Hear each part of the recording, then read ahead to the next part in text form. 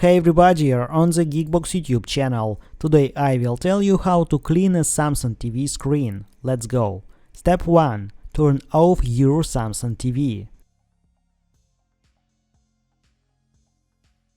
Step 2. Unplug the TV from the power supply.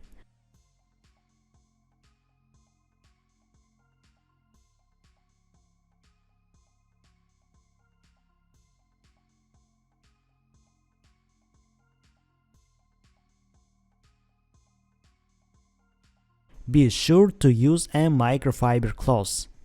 Do not use chemicals.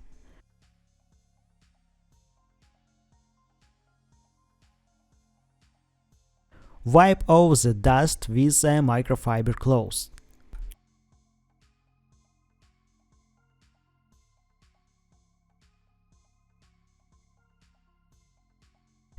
You can moisten the cloth with water. The best way is to use screen wipes. That's it. Now you know how to clean a Samsung TV screen. Thanks for watching. Please like and subscribe to the channel. Good luck and see you soon.